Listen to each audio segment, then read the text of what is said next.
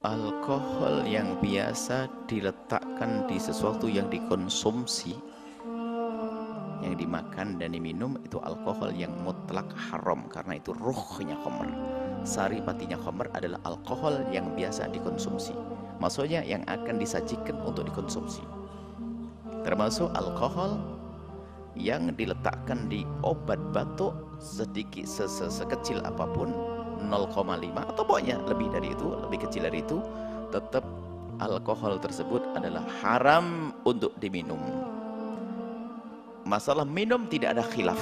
Masalah keharaman di dalam meminum sesuatu yang terkena alkohol adalah enggak ada khilaf. Yang khilaf adalah masalah najis dan tidak najisnya. Kalau masalah haramnya enggak ada khilaf di sini. Maka Anda tidak boleh meminum obat batuk yang beralkohol.